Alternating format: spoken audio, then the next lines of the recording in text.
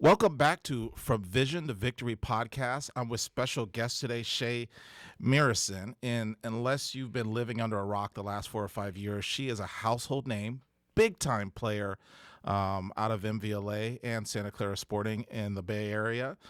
And just to talk about her accolades, just so you can kind of get a grasp with this big time player we're talking to today.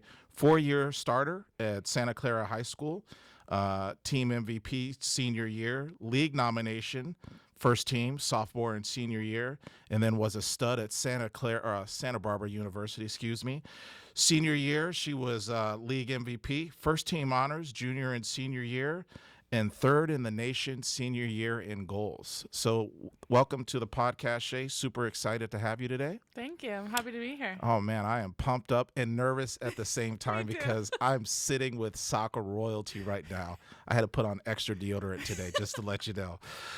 This podcast is sponsored by two guests. Two companies. First one is Say Less Meal Prep. And it's run by Shelby Salvation, who was also an MVLA player. And what's so good about this meal prep is that she's a former D1 athlete, so she knows how to fuel your body up and get you ready to be an athlete on the field, whether it's through training on the weekday or games on the weekend. And what also is unique about her is she actually delivers. So if you can't even make it to pick up, she'll put it there on your doorstep. Second sponsor is Planeta, which is like Mexican ice cream. It's a little snack to have. I have to warn you though, they are addicting. We ordered 11 as a family like 3 days ago and they're all gone. And my favorite is the Cookie Monster. I ordered two, one for me and one for myself. And then my daughter either stole one or my wife. So my only advice is don't just order 11, order more, because you will go through them. Now, they have two types. They have the water one, or they have them made with milk. Milk tears me up. So the water one is perfect for me, but they are delicious. All right. So back to Shae. I don't even know where to start, man. It's just like you've had such an accomplished career and you've been doing it for so long. But what I'm interested in, and I'm sure people that are going to listen to the podcast are interested, is like, where did this all start? Were you born in Santa Clara City or? Basically. I was technically born in San Jose, but we've lived in Santa Clara my whole life. Born and raised there. My mom as well. Any brothers and sisters growing up? Yeah, I have an older sister. Okay. She's about 4.5 years older than me. All right. We tend to get along. I don't know, sometimes. little bit of rivalry going on? A little bit, yeah. Now, is she an athlete too, or? No, that wasn't really her thing. We both played a lot of sports growing up, but when she was old enough, she was like, I don't want to do sports anymore. What sports did you guys play growing up? Everything. I swam. I played softball. She played volleyball. She played softball. Never tried basketball. But my mom and her twin sister grew up playing sports, so they were like, you need to play everything. And a lot of the guests that I have on, there's almost like a correlation between doing other sports as a youth and not just focusing on soccer. I mean, do you feel like other sports helped you out with like balance and coordination? And I think so. I mean, soccer, it wasn't at first, but it obviously was my focus. But the other sports were just like fun for me to get away. And then, once soccer was serious, I was like, okay, I'm done with the others. You said, off with that. I'm going to be big time in this one. So what age did you start playing soccer? I started playing when I was 4. Wow. I remember it was like this little CYSA team. We were the Pink Princesses. Oh my goodness. And I remember, my mom had told me I had like 2 requirements to play soccer. I wanted to be on a pink team and I wanted a girl coach. And we got those, so we played. Do you remember your girl coach? Oh yeah, Heather Fagundes. Why does that? Now, she coached at Sporting at one time. Her daughter went to presentation. That name sounds so Haley. Yes. And maybe Kylie. I think Kylie also went there. So that was your first coach, huh? And did she make you fall in love with the sport? Was it? I don't know that she did. I think she was a little worried because I always played up. So even at 4, I was like playing with, I think, like the 5-year-olds. And she was like recommending to my mom, like, maybe this isn't right for her. Like, she's too young. Really? My mom was like, no, she'll be fine. Like, she's just shy. Like, she'll be fine. Big shout out to mom to nail that down and have you keep playing. Yeah. So was that a good time? I mean, like, was that a good time for you? When I think back to my daughter playing and my son at that age, it's like all oranges at halftime. Oh, yeah. The what is it? The spirit tunnels at the Yeah, end. yeah, all that. Oh Yeah. man. So after you do that league, when did you start getting into comp soccer? I think I was 6, Oh, which is wow. really young. Wow. But so I grew up with that team, I guess. Right. And they went to sporting. Mm-hmm. And I wanted to be with my friends, so I just played up and I stayed with them. And that's Heather, or not Heather, but Jim Lawrence ended up coaching the team, right? So Heather was first. Right. That team just moved to Santa Clara Sporting. Right. And then I don't remember the exact year, but then I like guest played with Jim's team, which was an Almaden team. Oh wow. And then that whole team came to sporting like 6 months after. So I kind of just like stayed in sporting, but I had 2 different coaches. Oh. Yeah. How was it playing for that sporting team? You were there for a few years, right? I was, yeah. It was just really fun. We were all best friends, and we happened to be really good as well. So everything just kind of gelled, and the girls really enjoyed it. I don't know that the parents enjoyed Right. everything that happened with that coach, but Right. Well, know. I love how honest you are and humble. I mean, let's be honest. That team won state cups. Mm-hmm. Like that was a really good team. yeah. I think you won. I want to say at least 2 to 3 state cups. Oh yeah. Did that team ever go down to any tournaments like Surf Cup, yeah. or how'd you guys do at Surf? Not great in surf. We were there every year. Like I remember going in like 2006. I think. Right. I think I was 8. Jeez. So we went every year, but we never really did too good. But And so you played for Jim, and then eventually you moved over to play for MVLA. What was the thought process? Because at that time, I don't know if ECNL was around. it was not. It Yet. wasn't around. So why the move? Was it just And You want me to be honest? yeah. And we all know Seth was like a phenomenal coach. Absolutely. Like, Seth is my favorite. I mean, if you don't know Seth, just look for a guy that's a little bit short, and no matter what weather, Only wearing shorts. only wearing shorts, and like the guy is always in shape and can hit a long ball. Yeah, I have so many great You're gonna memories hype of Seth. him up. He's gonna listen to this and be like, Oh, that and he's so humble, right? Because I'm like, Yeah. Seth, you constantly put players playing pro, he really does. and he's like, yeah, I know, but I really like to do this, and I'm like, but can we just focus on how big time you are for a little bit? And he's like, nah, and it just, you wouldn't know, like if you walk by, like you wouldn't know that, like I think at one time he had like 4 or 5 players in the pro league. And like I could do a whole podcast. I am gonna do a whole podcast On Seth. man, because he's like, and anytime I need something, or if I want to bounce an idea, or something's going on in the soccer community, I want to know, like he's my go-to guy. And he's always, the thing that I like about Seth is that Seth can work with anyone, any personality, like whether He took on me. So. yeah. So, like when you made that jump, Seth got phone calls or messages, and people were like, "Hey, how can you play?" Don't take her. Yeah, I told him not to take me. And I knew you at the time, and I used to train next to you guys in MVLA, and so I knew of you, and you had this certain swagger to you, like this confidence, and all good players have it. Like, and some coaches, the team has to be about them, and for Seth, the teams are about his players. And so he was warned, hey, don't take her, and I call Seth the coach, the soccer whisperer. Like if anyone, like if you can't get along with Seth, you don't belong playing soccer. Yeah. And he took your personality on, and it was like a perfect marriage. Yeah. And man, don't get me started on don't get me started on Seth, because he's big time. Yeah. So you move over to MVLA. Yeah. Had to be an adjustment. Yes. And was it hard to pick up the practices? Because one of the things with Seth is he's super technical. So was it hard? Like, did you ever leave some practices going, man, like I'm struggling a little bit? Oh yeah. The speed of play was the hardest thing for me to adjust to, because at sporting I don't remember too well, but I don't think we were playing possession. They Right. were like, kick it to Shae and she's gonna go score. Oh yeah. So there was like none of that. We did do a lot of like footwork at sporting, so that helped definitely. But the speed of play and like possession style was definitely different for me. And he was like, "You got to get on board. Like, Man. we got to go." Is there anything that he said right off the bat that let you know that he was in your corner? Because Jim has a different coaching style compared to Seth, right? Completely different. And Jim will kind of like, he kind of, how do you say it? Like he just kind of gets on you to do a little thing, and then Seth is like, he plays like a mind game where he's like, how can I get you to do what I want, but without bumping heads with you and getting you not to lose your confidence? Because once you lose your confidence as a player, like you're done. It's so hard, yeah. how did you was there anything he said or anything that he did to let you know that he was a big fan and like he was going to work with you? Well, for starters, I was the youngest on the team. So when I went to MBLA, I was playing up. So Still? Jeez. Yeah. So I was like already nervous. Like I'm the youngest one. Everyone's already in high school.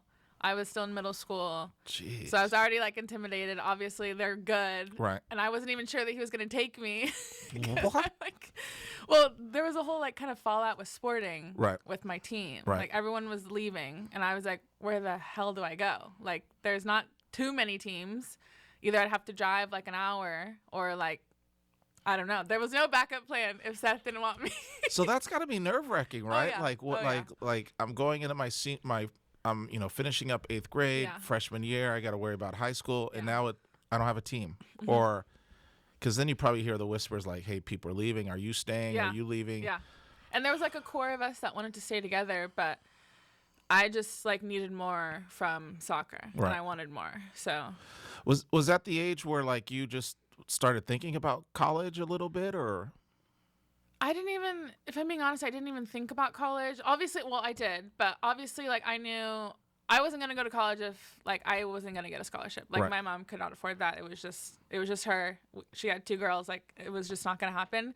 So that didn't really register with me at that age. But obviously, now I'm in this environment and, like, it's more realistic. Right. It was more realistic for me at that time, so. First practice with Seth was like Tegan already on the team and Michelle? Yeah. So me and Tegan have known each other since we were like 3. Right. Our moms are best friends and taught together and whatever. So before even Tegan went to MBLA, she was like thinking about coming to my team. So we were always like going back and forth. So that was comfort for me knowing she was there and I could like depend on her and count on her. But yeah, she was already there. So I guest played with them first. Right. Surf Cup, Thanksgiving. Right. And I remember I came from like an ODP. I think I was like in Florida. Boca Raton. Yes, for ODP. So you're on the regional team representing Region 4. Yes. Big shout out to ODP. Shout out ODP. Do you remember who your ODP coach was? Oh, gosh, no. I don't. What was that? I was a 98, though. Maybe Trish Gonzalez. No, she was back it wasn't then? it was a guy. I know that, but maybe Jan Nordmo. There's Jan that was on staff. I was on staff. No, I didn't have the 97s though. I had the 93s, 4s, and 5s. Yeah, I was 98. I don't even remember. Man, that's right, because the Mercury Black was 97s. No, they were 96. 96, but you were playing. Yeah. Oh, yeah. Jeez. So you have your first practice, you're out of your comfort zone. Yeah. You see players like Tegan, and at that time she was probably in the national team pool. Yeah. What was going through your like? Oh, I was so nervous. So nervous. I was like, I'm going to mess up everything. I mean, looking back, I probably was fine. And like we did the same kind of style of practice we did growing up. But like being thrown into that environment, knowing I have to go with them to a tournament soon, like I was like, oh my God. Jeez. Do you remember how you did it Thanksgiving serve? Because you guys, the Mercury team won a couple serves. We did. I don't think that one that we won. I think we got out of bracket play or something. But I can't remember. But I know like I had flown home from Florida. That was on Thanksgiving. I flew home from Florida. Jeez. We like had a little Thanksgiving dinner and then we got in the car and drove overnight to San Diego to go play. Unbelievable. Yeah. Man, flying across the country just to be a superstar. Jeez. Yeah. So what was your experience like playing for Seth? It sounds like you probably played for him about 4 or 5 years. I think it was 5 technically. Because I was in middle school still. Right. So I think 5. Yeah, Seth's great. Love Seth. What's a practice like? Because I mean, I know, but for people that are listening in the podcast, they don't know Seth. Yeah. Like, because he's so low key and He's so he low-key. puts down the cones but what's a practice like, and why do you think he's so successful? It's the same thing every day. Like, it was just practicing your craft every day, doing the same stuff, and we got good at it. How does he get players? And I haven't even figured this out. So this question is for people listening in and selfishly. Like, how does he get people to work so hard? Because there's like, he's just so like he doesn't crack the whip. I've No. never heard him yell at a player. Um, He'll yell funny things at you, well, like and you're like, give me shut an up. give me an example, because people are always laughing at his practices too. Oh yeah, people probably didn't take us serious. Man, But then we went on the field and we're like, yeah, we'll beat you. and you guys all have good foot skills. You Yeah. guys possess the ball. So like, what do you think he does? Like, that gets you guys to work at your best, but without cracking the I whip. just think he creates a great environment to be in. Like, you want to work hard because everyone else is working hard around you, Right. but it's also not like an intimidating environment where you're like, oh shit, I can't mess up. Right. Like, messing up is fine. Like, it's you're going to. Wow. So you might as well just have fun and like be good at it, I guess. Oh yeah. Well, and you did well. I mean, you Yeah. ended up playing at Santa Barbara. Mhm. Were there any memories playing for MVLA or even Sporting like that will stick with you forever? Yeah, there's so many from MBLA. So many. Give me a couple. It was mostly tournaments, but it wasn't soccer. It was like at the hotel with the parents, with the coaches. Like everyone just got along. Like the parents were having a great time.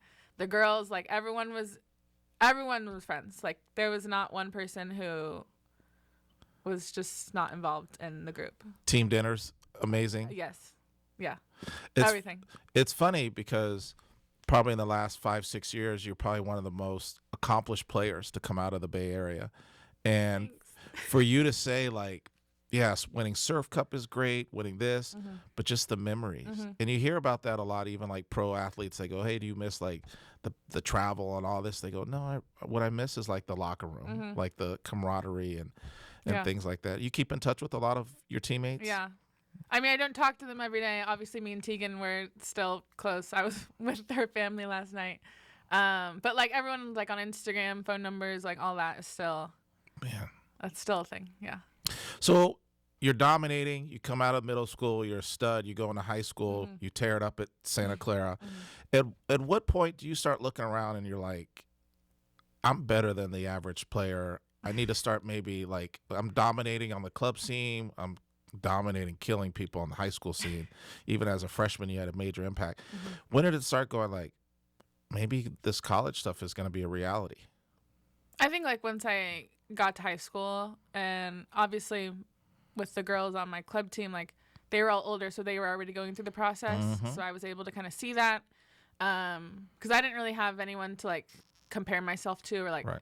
ask questions before that. It Right. was just, I don't know. I didn't even think about it before, but now I'm in a place where everyone's doing that. Nice. They're going through the process. I can watch them do it. So it was really helpful. But also, like, you're still going through it first time. Right. So there are Any things to learn. any particular like club moment where like or play, maybe it's like, I've seen you score goals from like 30 yards out. So Kickoff. Seth Yeah. had me do that all the time. ridiculous. Yeah. And it didn't even happen like once or twice. We're talking No. like 8-9 times. Yeah. Like Yeah. you when Seth told me that, I was like, okay. First thing that popped out is like, was that 7v7 or 9v9? And he's like, no, this is 11v11. I'm like, dude, that's. And he said you did it at Reach 11 in Arizona, which is that field's 120 long. So that's a 60-yard shot you score. Yeah. That's ridiculous. That is ridiculous. I remember being down at Oceanside for Surf Cup, and I saw you score a goal like 30 yards out, and you didn't even look surprised. And I looked at Seth, and he wasn't surprised. I'm like, damn, Seth, how many times does she score goals like that? And, Seth's, he rocks back and forth when he talks, and he's like, well, She probably just laughed. Yeah, Like, he's she like- does it all the time. yeah, exactly. That's what he said. And I'm sitting there like, We used to have, me and Seth used to have, like crossbar challenges from like half field. We would that's do that. ridiculous. That's ridiculous. I don't know that he can do that anymore. Sorry, Seth. Hey, don't tell him that. Don't tell. The guy never stretches. Who knows, He man? doesn't. He doesn't warm up, nothing. Oh my gosh. And jeez, he's like, I have so I here. I'll tell you a funny story Yeah, please. about Seth. All right, so we're working at Foothill, and Foothill, you're supposed to put the goals up. So usually the last team on the field puts the goals up. So last coaches on the field were Seth and I, Joe Cannon. Joe Cannon's the executive director. Yep. So Joe walks off the field and doesn't put up any of his goals. So it's just Seth and I and like 8 goals on the field. And I look over at Seth, he looks over at me, and we're just like, I guess we got to do it, right? So here's Seth and I, and it's like 10 o'clock at night, and he's got your team, top team. I had my MVLA boys team, top team, and here we are putting up goals, and Seth, like, I can't complain because like Seth's not complaining, and he just does it. Like, we want to do it? No. But he's out, and it's like, I think it even starts raining, right? And he's like in his shorts. And it's just like, and he's just like, yeah, I guess we got to put him up. And I go, I guess we do. And he just, he kind of, he rocks when he walks, and he just puts them up. And I was just like, dude, like, he never complains about anything. Just does it. He's just like, well, we don't have a choice. Like, I guess we got to put up the goals. Yeah. And we did it, and I was like, damn, dude. So I used to watch Seth's team train all the time. Like, just, hey, Seth, how come you do this? And always nice. I'm telling you, man. I feel like if I had a man crush, it'd be on Seth, because he's an amazing individual to me. Yeah. So high school, you're thinking about college. Was it always going to be Santa Barbara? I know financially it was going to be an issue. Yeah. And for people that don't know, like, now when you do recruiting, it's summer going into your junior year. June 15th is the day. When you did the recruiting, it was like 8th grade. You could call, and if the coach picked up, freshman year. My first letter. Yeah. So like for people that are going through it now, they don't understand, like, most of the kids on my Palo Alto team that graduated in 2018, they committed as sophomores. Like, so you have freshmen and sophomore, and like if you committed as a junior, unless you were going like to an Ivy League, you were behind the curve. And so it's like, 8th graders are on the phone with the college coach going, hey, do you think I'll start as a freshman? And you're like, dude, that's 5 years away. Yeah. So walk me through your recruiting process a little bit. Yeah. Well, it was a lot. It's still a lot. It's a huge decision, and I like that they moved the age back, because making that decision so young is like crazy to me. Oh yeah. But that was like normal, so you just did it. But yeah, I don't know. I just remember I got some letters. We would go to tournaments, and we had like the team mom would like pass out a pamphlet with everyone's information and whatnot. But I don't know. Like, I don't know. Did you ever have that nervous moment? Like, oh my God. Oh my gosh. You want to hear a story? Oh yeah, Okay. I'd love to. I remember we were at practice in Mountain View at that one middle school, Graham, I think it was. Oh yeah. Yeah. Turf field. Yep. Yeah. And Seth was on the phone, and he was like, Shae, I have a phone call for you. And I was like, who is it? He wouldn't tell me who it was, and I was like freaking out. And I was like, who is it? And he was like, just get on the phone. I literally started crying because I was like so nervous. I was scared. Like, I was like, who's on the phone? It was a college coach, but I didn't take the phone call because I was freaking out. I mean, kids were so young. Yeah. Like my daughter, she's a sophomore, and if I ask her what she wants for lunch right now, I don't know what I want for dinner. Yeah. I don't know. And you're asking like a sophomore, what do you want to study? Where do you want to be when you're a senior? And it's just crazy. It is. And a lot of times the coaches aren't even there by the time you get there because you commit so early. Yeah. Did Austin recruit you? Yeah, he did. But he left my freshman spring, so he wasn't even there for a full year. Yeah. But so he that moved happens. on to good things. So what other schools were you looking at other than Santa Barbara? I don't even think it was anything serious, but like I went on a visit to Cal. I had interest from like Texas, like UT. My first letter was from UCLA. Nice. So, I mean, I don't even remember. It was so long ago, but there was a few, but I didn't even, being so young, and like I was so scared to talk to coaches. Like I remember the Texas coach would come up to me and like or just say hi, and I was like, I didn't even want to say hi. Like I was just so nervous.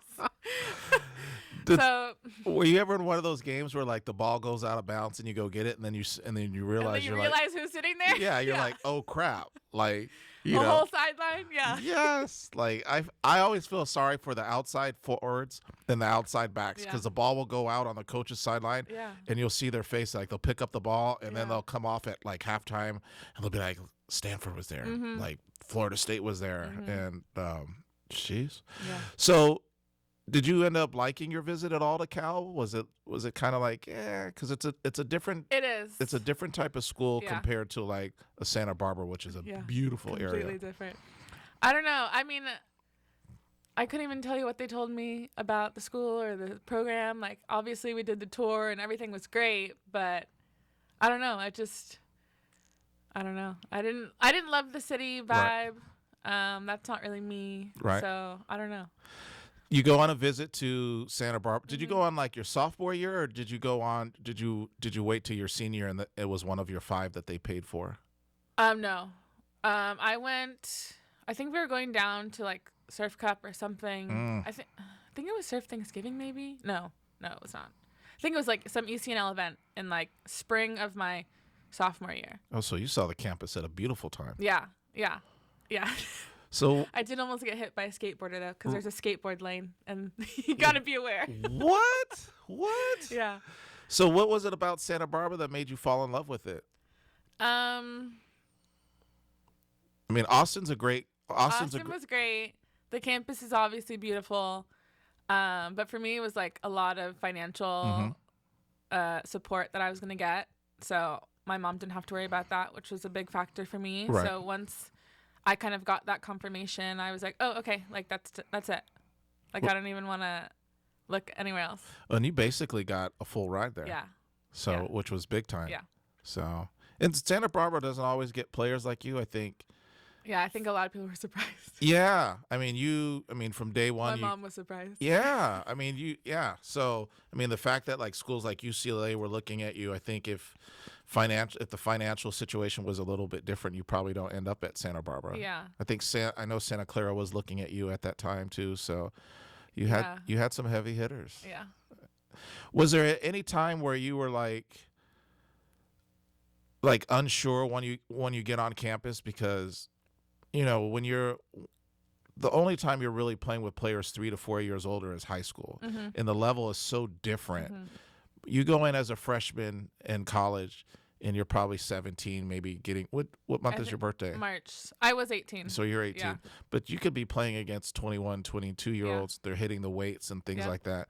How was it your first time on camp? Like, because we all know that you dominated club, you dominated high school, Yeah. you're doing ODP regional stuff, Yeah. but now you're playing with grown women. Yes. It was a rude awakening. Let me just tell you that. What was that aha moment where you're like, damn, I'm a big fish, Oh, but the this is first a day. big pond. No, it was like captain's camp before we even had to be there. Like, I was like, oh shit. Sorry. Yeah, you could swear on it. Like, it was a big eye opener for me. So what happened? What was that moment? Like, was it a tackle? Was it language? Was it like?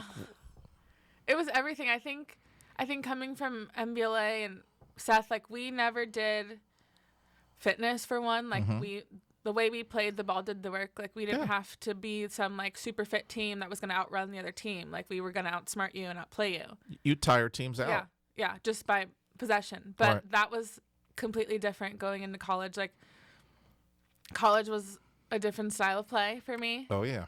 It was like back to the sporting days, like boot ball basically. And they were athletes. Like, everyone was an athlete. Everyone was going to run 90 minutes. And, like in club, I never had a problem doing that. But Right. the level of play and the speed of play is very different in college. Oh yeah. And I was not ready for that at all. So I went in like, I thought I was fit. And Right. then you get to college and you're not fit at all. At all. So we're talking about like beep tests. Oh, yeah. I got the worst score ever. Really? Yeah. Now they usually give you a packet Yeah. before you go in. Did Yeah. you do any of the packet work? Or I was did, and I think it was an ECNL event, our last ECNL event. I like did something to my quad. I don't want to say I tore my quad because I don't know what the heck I did, but Right. I didn't even play the last like couple games, Ouch. and so my quad was like not up to par. So I wasn't even like as fit as I wanted to be going Right. in either. Right. So it was just different level. I feel like because I always tell kids going in, like, there's different levels. Mm-hmm. Like, you're starting all over again. Mm-hmm. I think one of the things in club is kids get comfortable, Mm-hmm. and you're not, even though there's not, I mean, there's tryouts every year, but if you're one of the best players on your club team, I don't even think we had a tryout. yeah, ever. you're the roster carries over. But Yeah. when you go into college, like, that coach is recruiting, Mm-hmm. and there's always a certain amount of kids that either redshirt Mm-hmm. or transfer out, and so it's like you basically as a freshman have like 3-4 weeks to kind of prove yourself, Yeah. and to get in that pecking order, Yeah. and then if you don't, like, it's an uphill Yeah. battle. Oh yeah. And then the locker room isn't, depending on how the seniors are and the juniors, it's not always like a lovey-dovey, atmosphere. And if you're a forward, you're a forward, Yeah. so maybe the mids like you because you're not taking any other time. Maybe the backs like you and the goalie, but all Other the forwards don't like you. yeah, the other forwards are like, man, Yeah. I don't like the And way this she. freshman, like, who is this girl? Yeah. Like, yeah. Mm-hmm. And the coach doesn't tell you, but like they recruit you to sometimes come out and replace someone that's currently on that roster. Yeah. So, whew, Mm-hmm. like, that's tough. Yeah. How was your freshman year? Did you get a lot of minutes? Were you playing a lot? Did you I didn't travel? I did travel. There's 3 of us out of, I think our class was like 13, which is insane. But I it's a think big only class. 3 of us traveled most of the time, and I was one of them. But aside from my fitness, which was not there, I think my play and my soccer IQ was there, and I think that kind of I kind of leaned on that a little bit more. My freshman year. Can you explain the travel? Because like some people that are tuning in, they don't understand. Yeah. I understand it, but Yeah. man, this is brutal. Yeah. Let's peel back the onions here and be real for a minute. Like, Yeah. The travel. Well, first of all, you're a freshman, so you're in charge of everything. Everyone's like, here, ball bags, pennies, everything, you're carrying it. And there's only 3 of us, so your balls better be pumped. And if they're not, we're going to hear it. Really? Yeah. Especially from, like, the seniors. I mean, now I'm still friends with a few of them, but, Right. like, they were like, this ball's not pumped. Like, can you pump it up? Like, we're in the middle of practice. Really? And they'd be like, this ball's not pumped enough. Pump it. And you gotta like get out of the drill or Yeah. whatever and go. Is it one of those hand pumps? You're sitting there. Yeah. Oh, yeah. Ouch. I think things are a little different now. Nowadays it's, I think they call that hazing or Yeah. bullying even. I don't know. But, like, NC- it was, it's all fun and games, I think. NCAA doesn't Yeah, mess they around don't with play that that anymore. anymore. No, you can't. You go into that. I forget the person that oversees the athletics, but you make that. Gosh, The what? AD, no? Yeah, the Yeah, AD, but it's like the compliance officers and yeah. stuff like that. They have all the rules. Oh yeah, better follow those rules. You better. Oof. Yeah. So freshman year, a little bit bumpy, but you still Yeah. get to. I still got some minutes. I scored a couple goals. I had my first hat trick. Against Yeah. who? We went. It was our trip to Texas. I Nice. think it was like UT something. It wasn't like UT. Wasn't. What about like TCU maybe? No, Texas it was Christian? like UT, like UTEP? San Antonio maybe or Maybe something UTEP like or that. something like yeah. that. And they put me in like the last 10 minutes of the first half, and I scored 3 goals. Wow. Did you look at the coach like, dude, like, Probably not, but I probably should have. I probably was thinking that, but man, were there any calls home to go like, I don't know, Mom, I don't like, maybe I want to be closer to home, or this isn't that probably didn't happen until my sophomore year. really? So Yeah. even after you've been there a year, like was Yeah. sophomore year a little bumpy Yeah, too, or very rough. Yeah, harder than the first year? Mhm. What made it so tough? Is it just? I wasn't playing. Did you felt like you had any control over your minutes, or was it like? No, I mean probably. I again probably should have been fitter than I was, and I think they hold that against you a little bit. Yeah.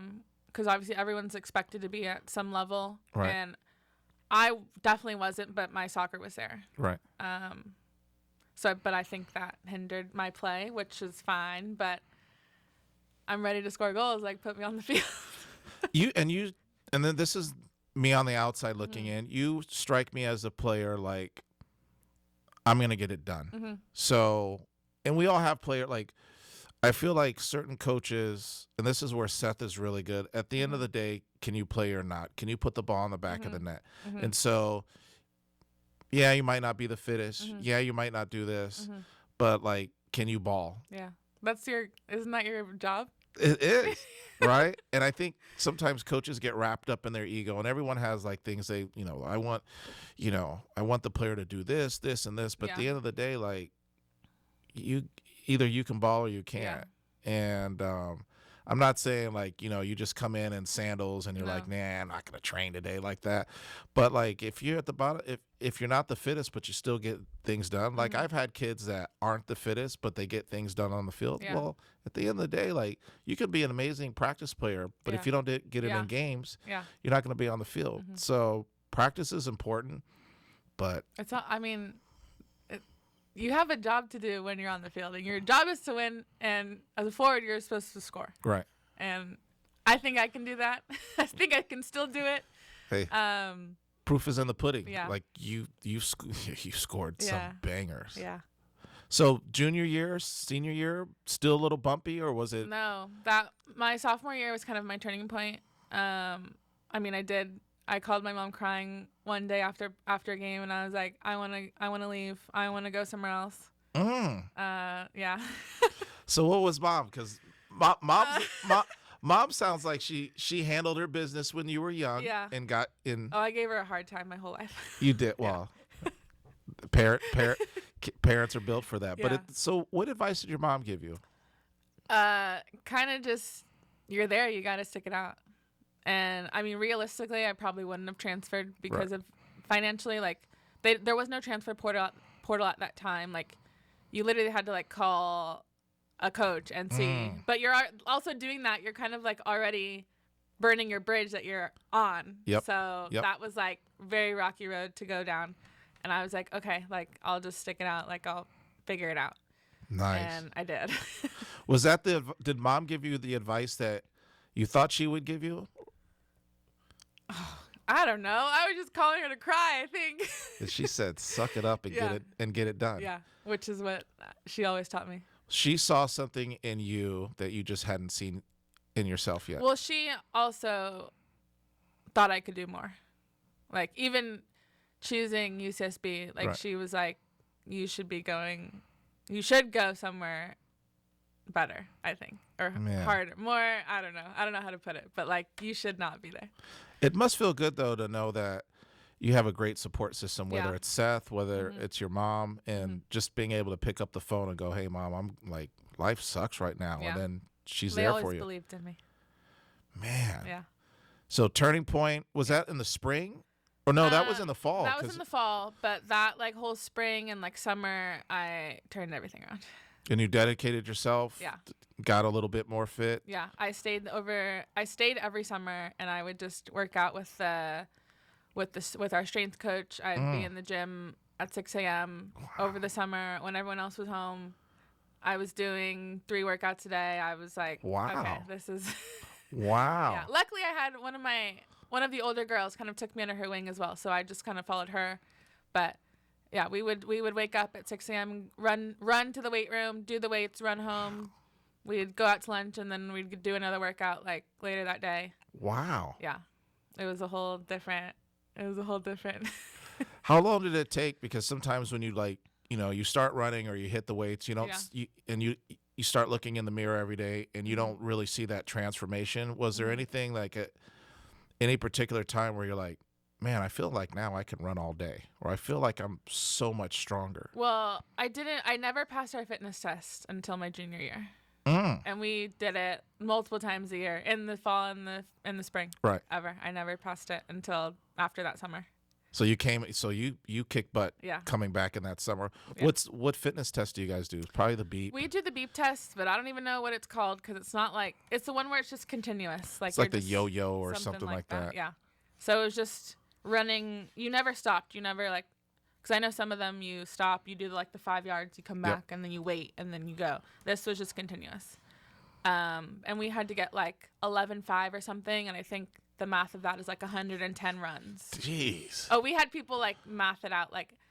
I take 20 steps in between cones, and then we had girls map it out. But I think it was like 110 runs, and it in all took like 12 minutes. Jeez. But I'm that's a mental game. I'm fatigued now. Yeah. I need after this podcast, I'm going to need some Gatorade, some electrolytes. That's a Yeah. lot. Yeah. So coming in, did you know, like, did you just have a different mindset? Like, man, I'm going to kick Yeah. their butts. And I had a big chip on my shoulder, and I was like, okay. now, every time you did something really nice out there, did you kind of look over the coach to make sure he was watching? Did you like, A little. yeah. A little bit. And how'd that make you feel? I just felt like I'm like this is what I could have done, but you didn't think that I could. So now I'm doing it, and now, man, I don't know. You always hear about pro players like finding things to motivate them. Yeah. Like someone says I couldn't do this, or someone You're like, says I'm gonna do it. I'm gonna do it. Oh, And you even hear now like LeBron. There was a story like he shows up to games and he like manufactures like things in his head to get him through it. So it sounds like you turn that negative into a positive and you let it propel you. And it sounds like your senior year, you're fantastic. 17 goals before the playoffs, third leading goal scorer, not in your conference, in the country. That's pretty big time. Yeah. Were you, after it was all said and done at Santa Barbara, were you like, man, I did it? No, because I didn't think I was done. So you still had more. Yeah. When did you start thinking about playing pro? Kind of during that year. I mean, obviously I had a really good senior year. So again, like everything becomes more realistic, like after you've done X, Y, Z. And I love, I didn't mean to interrupt you, but I love how modest you are. I had a good year. You were league MVP. Let's throw that out there. Let people marinate and digest on that.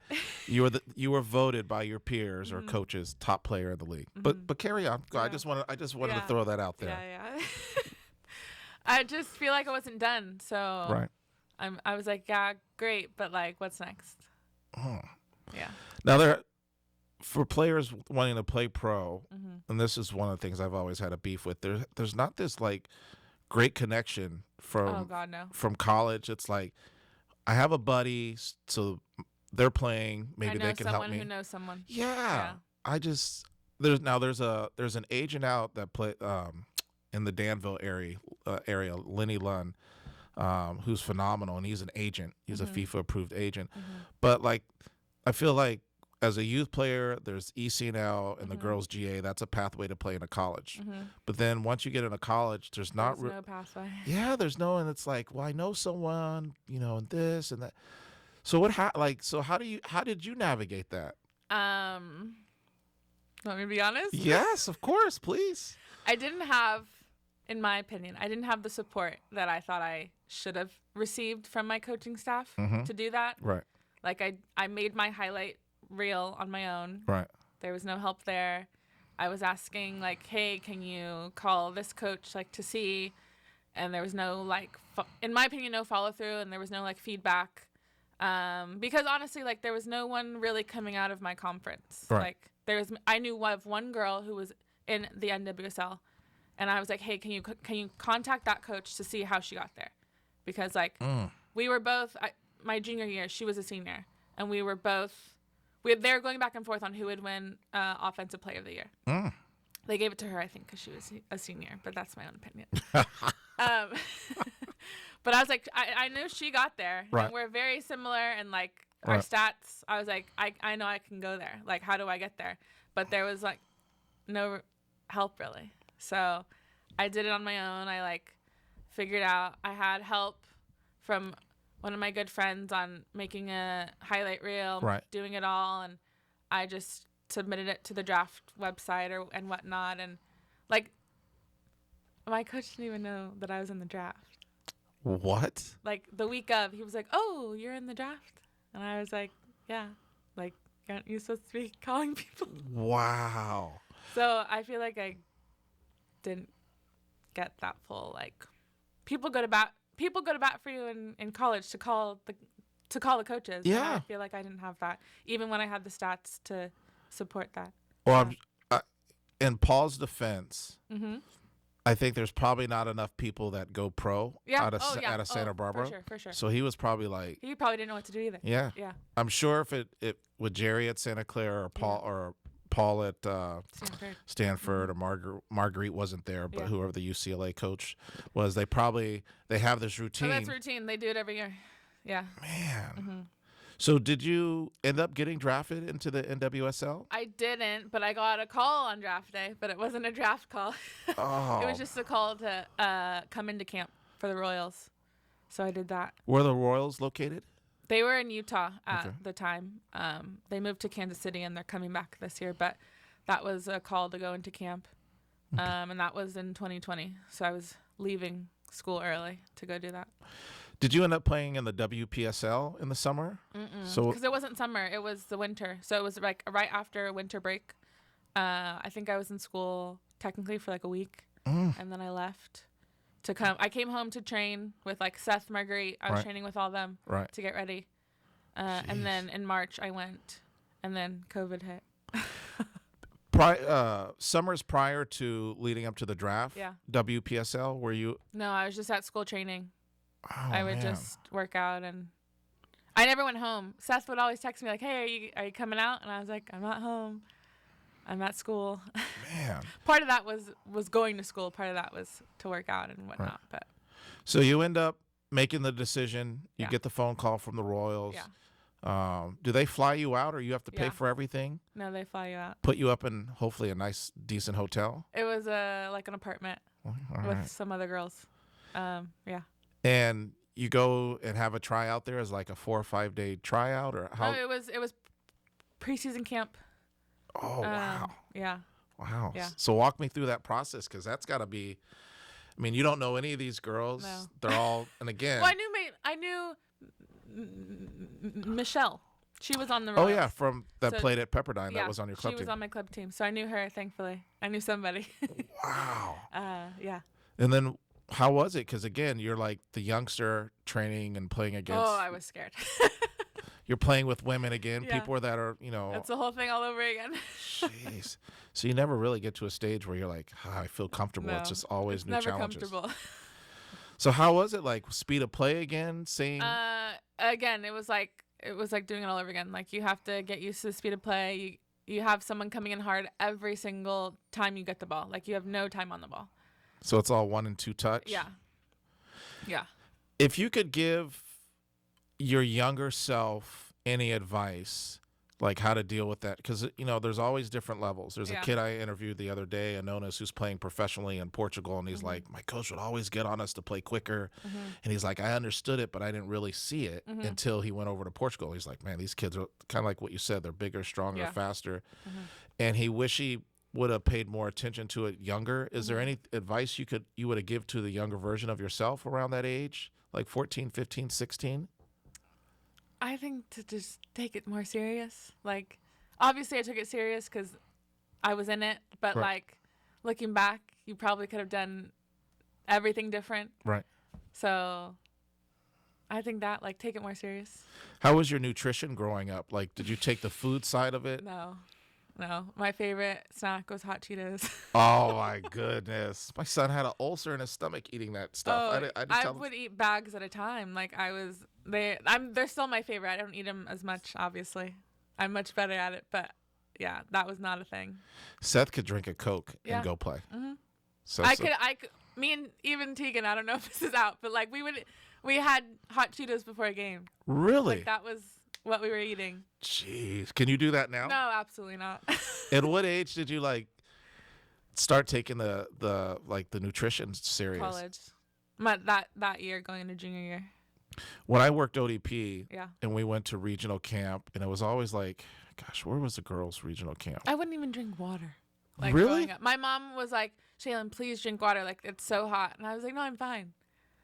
Jeez. Because when I worked regional camp, the national team kids always kind of ate better than the kids that were like just on the regional or even the kids on the state team. Mm-hmm. And I think you were on ODP when you had to do 2 weeks of regional. Like like you would go 1 week, and then you would get Yeah. held over to the second Yeah. week. Yeah. But a lot of kids would die because they Yeah. wouldn't eat. Because Yeah. we're staff coaches. I'm not monitoring. Yeah. Like if you don't know to not have like ice cream every Yeah. time we go in the cafeteria, Yeah. like that is on you. Yeah. But man, that's incredible. I feel like every player at some point in their life goes, man, I got to cut out certain amount of certain foods if I'm going to perform. Yeah. And it sounds like college for you. It was mostly just like, even like going out in college, like I'm not going to go out knowing I have a 7 a.m. practice because I'm going to feel like shit. Like, why would I do that to myself? I learned that very quickly in college too. Like that is not what you should be doing. So I didn't do it. But yeah, the snacks I always had snacks. How was the eating like the cat like because we talk about different levels, right? Like Pac-12 typically has better facilities than like certain like so how were the facilities at Santa Barbara? Was there like the weight room set up really nice for you guys, the cafeteria? And we didn't have a cafeteria. Really? No, but we did have a weight room, and that was great. Like, I mean, obviously you're at the beach, like it is nice, but we didn't have a cafeteria. No. How were the dorms? Did you stay with other athletes, or did they mix you in with so we were not on campus technically, but everything right there is like walking distance. Like we could walk to the field if we really wanted to. But technically it wasn't on campus. So we were just in, I guess it was like an apartment, but it wasn't a dorm per se. But there was like, there was 3 rooms in our unit, I guess. Right. And I was with two other soccer players, and then the other 2 were just normal students, I think. Nice. But there were other athletes like in that living, but yeah. Man, must be nice to go to school at the beach. It was nice. Sometimes they have PE classes, right, on the beach. Was it like I don't know if it's surfing or wakeboarding and they stuff have like a surfing club or something. I don't know. Man, you guys are. But I would like go for a run and then like as an ice bath, like go in the ocean. Spoiled. Yeah, we Spoiled. were. All right, so now you're in Utah. You're getting ready. Did you end up making the team your first season there? No, so we went into training camp, and I think day 4, COVID shut everything down. Jeez. So we were just like, I was just like in the apartment for like a week, and then they like sent us all home because they didn't know what COVID was gonna be, you know. So and we weren't under contract, so they they can't really be responsible for you. Did you have an agent at the time too, or no? So if you were gonna sign a contract, you'd have to negotiate it yourself, or? Yeah, luckily I had a really good friend who was in the MLS for 10 years, so I was going to bounce things off him. But we didn't even get to that point to do so. But, yeah, no agent at that time. Please, someone put a bridge together to help players from college to pro on the women's side. Yeah. Because it's everything's like word of mouth, but then, like, everyone's experience is so different, too, because I've talked to people and they're like, absolutely not. Like, don't go with this guy. And then you talk to someone else and they're like, oh, he's great. Like, yeah, go with him. Jeez. Or her or whatever it is. So jeez. It's literally like hit or miss. Like, you never know. So you ended up not playing because of COVID. Yeah. After COVID is all said and done. Yeah. Did you end up playing anywhere else afterwards? Yeah. So later that year I went to Portugal. How was that? A shit show. Really? Wow. Again, hit or miss. Like, some people had a great time. Right. And I did not. What division were you playing in? Not the top one. Oh. So it was like, I literally think like my high school team could have beaten the team that I was on. Seriously? Yeah. Like, girls weren't even using their left foot. And I thought that was wild. What? Well, in all those countries too, they don't pump as much money into the women's program as they do. I mean, you could see now with Spain winning the World Cup, those countries are coming along. But I mean, that's gotta. Yeah, I mean, like, if we're being realistic, like college, Americans have better college setup than like professional overseas. Oh yeah. So that puts into perspective like what you're getting yourself into. They put way more money into it. Oh yeah. I mean, at Santa Barbara, what was your sponsor? You guys was it Nike? We were Nike my freshman year, and then we switched to Adidas the last 3 years. So. And then when you were in Portugal, what did you guys have? I couldn't even tell you. I mean, that goes. I mean, college here is big business. Yeah. Yeah. Wow. Wow. Yeah. So what are you up to now? Because I know I've talked to Seth, and you're training, Yeah. 3-4 days a week. Yeah.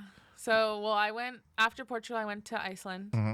and while I was there, I tore my ACL, and Was this that was devastating. was this a dirty tackle? No, unfortunately, it was not. It was doing the same move I've done since I was like 8. What happened?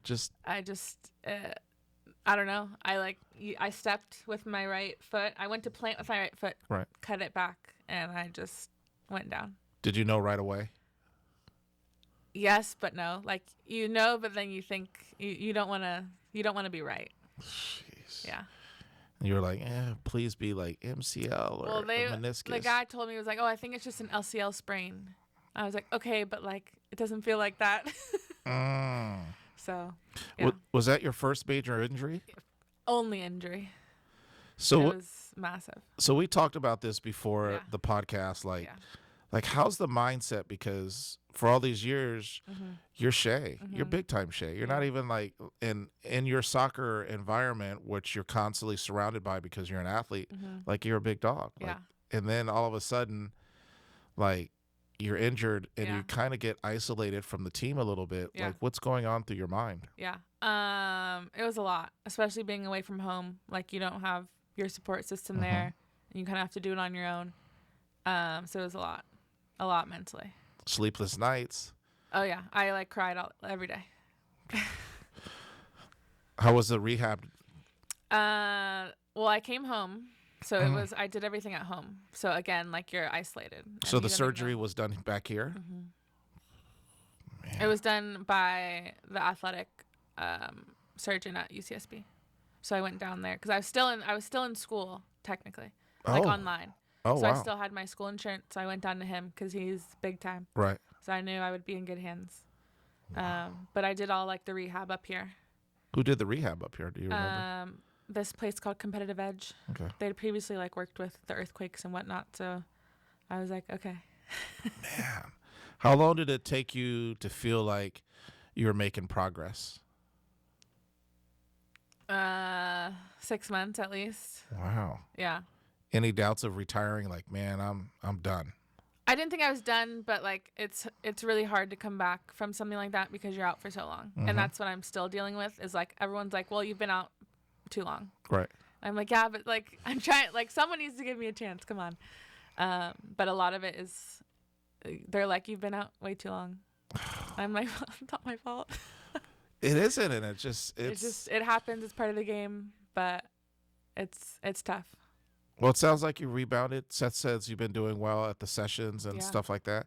Was there anything mentally that you were kind of able to lean on? I mean, we all know that your mom's been like one of your biggest fans, but is there anything else? Was it music? Was there any books, podcasts or something you saw on TikTok or YouTube? It was a lot of like wellness and just like doing things for myself that I actually enjoyed. So like obviously growing up, like when I worked out, it was like for soccer. But now that's taken away. Right. So now was trying to find something that like filled that void. Man. And I mean, I did a lot of like I would do like yoga, I would do spin classes. Like I was really into all that and like going on walks. I'd walk my dog and like listen to a podcast and whatnot. But it was like you're trying to figure out like what to do. Was there anything that you could do to, because you're a competitive person. Very. How did you fill that competitive void? Because now, like, I'm older. I don't play. I have a hard time, like I'll play Monopoly with my kids, and I'm trying to kill them. I'm trash talking. Oh, yeah. So what did you do to fill that competitive void? Because, I think a little bit of it was, like, these workout classes. I'd go, like, group classes. So, like, for instance, I'd go to Soul Cycle, like, all the time. Right. And, like, there's no competition, but like there is. Oh yeah. For me, there is. But it was mostly like me versus me. Like I have to do this for me. Man. So. I mean, that's what makes like CrossFit so nice and like Orange Theory, like you can be competitive in that environment. But it's like when you can't like tackle someone or you score. You can't even get your like frustration out because it's not even like soccer's a contact sport. Like, come on. Man, there's nothing like it. Were you like bumping into your sister on purpose, like ooh, or mom? Oh yeah, we had a lot of fights. Oh my goodness. Especially living at home, like this. I was living at home with all the rehab, so I was we were probably going at it a little bit more. So what's next for you? Are you like, how do you get back in the groove of things of playing, Yeah. being a pro athlete? Hoping someone takes a chance on me. I mean, I was playing this summer with like Louisville, their USL team, Racing Louisville's USL team, Mm-hmm. and I'm just trying to like. I don't have film. Like, I Right. mean, I do, but I don't. Like, I've been out for like 2 years now, Mm. so a lot of that is like no one wants to take someone Right. that has been out for that long and whatnot. Is there a way to But- get a tryout? Like, can you? Yeah. I mean, do you You know someone that knows someone. Oh man! I mean, I talked to when my last team they graduated high school in 2018, then Yeah. COVID hit. So a lot of them are, they either finish playing in the fall Yeah. or they have another season. Mhm. And I'm like, what are you guys gonna do? And they're like, I don't know. Yeah. Like, do you have an agent? They're like, we don't even know any agents. Yeah. And unless they're at like a big Pac-12 school Yeah. or like an SEC school or Yeah. ACC, like they don't have a route. Mhm. So I'm praying in the next couple of years someone agent wise puts something together and Yeah. like helps people, because there's so many great players like yourself that have trouble navigating. And Mhm. as much as like we help out at the club level, like Seth might know a couple people here and there, Yeah. but it's really, like you said, word of mouth. Yeah, it really is. So Yeah. well, let's go through some quick questions. Yes. That's gonna dive into your memory bank a little bit. Yeah. All right, and spark some of your good times at Santa Barbara and club. Yeah. Who's the best club player you ever played against? Such a tough question. I've been thinking about this and I have no idea. I mean, obviously, one of my best friends, Tegan. Yeah. Like, It has could to be. it could be a practice thing, and she was. I think we worked really good together. We would both play on the left side and we would just go up and down. Did you ever watch her in a game do something where you're like, ooh, that was nasty? She would just run by you. Every time she got the ball, even Seth can attest to this. We'd be like, bye. Like, she'd just run by you. Like, there was no competition. We'd play it to Tegan, and Tegan just gonna run by you. Did you look at the girl defending her like, man? Good luck. Yeah, you don't even try running, because Nope. it's just wow. Yeah. What about in college? I mean, we played against Stanford. Like, we had Katerine Macario coming down our throat. So, Now, did you ever? I mean, you're a forward. Yeah. She played forward in midfield, so you probably didn't get matched not up with her. really, no. Anyone that like any defenders that you played against, either club or college, that kind of like, man, this. I gotta make sure I sleep well tonight, because I got my work cut out. I with mean, this player. always, but I'm always gonna be like, let's go. Let's I don't care who you are. I'm gonna try to take you. man. Yeah. Any back that just like that was like your nemesis? Because teams were looking out for you. I mean, Yeah. they the scouting report on you guys was they got to Yeah. keep an eye on you, even Yeah. 30 yards out from the goal. Yeah. So is any defender out there that you were like, oh man, this girl, she's good? I mean, obviously. I don't know. I mean, we played really good teams. Mhm. Like, I think Stanford was probably the best team that we played my 4 years. And, like, Who are the backs Every- backs then? Do you remember? I think Naomi Gurma might have been there. She's good. So you try to get by her, good luck. But I'm still going to try. They had another one that played in the World Cup. That was also the other Stanford center back. I can't remember. Always had her socks up past her knees. And she played with Naomi, I think, her junior and senior year. And she got called into the World Cup. She was really Alana, I think. Yeah. But she was older. She was Tegan's year. Yeah. So I don't think we played her. Mm. I think it was after. Because I know Kat was still there. Yep, But I don't yep. remember. Did you play against I think Tierna was there too, right? I think she was out. Mm. I don't remember. Because I know one of my teammates on UCSB was her club teammate. Mhm. So I don't think she was there. Okay. I feel like I would have remembered if she was there. I've been like, damn. How was the game? Did they blow you out, or was No, it close? 1-0. Really? Yeah. We held them. Wow. Yeah. Was it down in Santa Barbara or Yeah, up? it was. 1-0. Wow. I do remember that. Wow. What's your greatest club memory?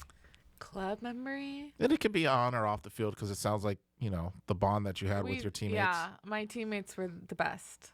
But like soccer wise, I remember this one. I think we were in New Jersey, and I don't remember what team we were playing. It was like an ECNL event. It's probably PDA or something. No, it wasn't a team from New Jersey, but we were in New Jersey. I remember that. They had just scored on us, and we were like, I think we were better, but like, when they just score on you, you're like, damn. And I looked at Seth, and he like gave me the nod, and I was like, okay, I'm gonna go for it. Off kickoff, scored, and then tie 1-1, and I was like, yes. Like, we shut up the parents. Like, all the parents were being obnoxious and yelling, and kickoff whistle. How debilitating! Like, because at that time you guys are probably top 5 or 6 in the country. Yeah.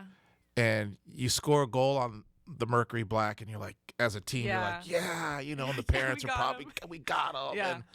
And then right off kickoff, like if I'm that coach, like I'm swearing, like I'm goddamn. We would just look at where their keeper was lined up. Right. If she was out, I was gonna at least try. And usually it worked if they were out because they were not expecting it, obviously. So I've never had that happen to me, but if it did, like I think I'd be like, I'm done. Oh man, I'd probably be like, you know what? I'd get in my rental car and I'd go home. I'd be so pissed. Yeah. Especially like if you like, yeah. That happened a few times too. It was like it would always be like right after they scored, and me and Seth he would like be like, okay, go for it, and.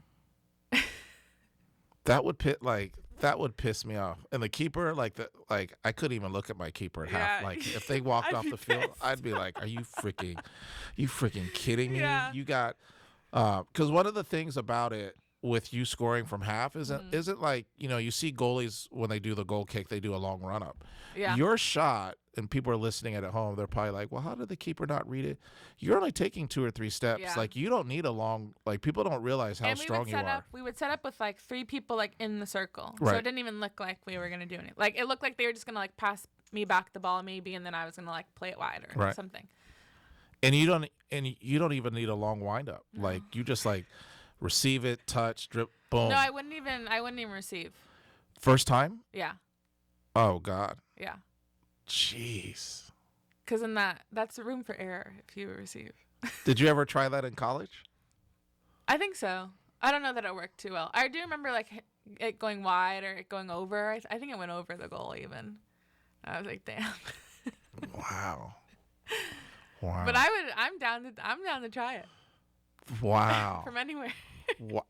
I'm just. I mean, I've had goalies give up some howlers. I would be.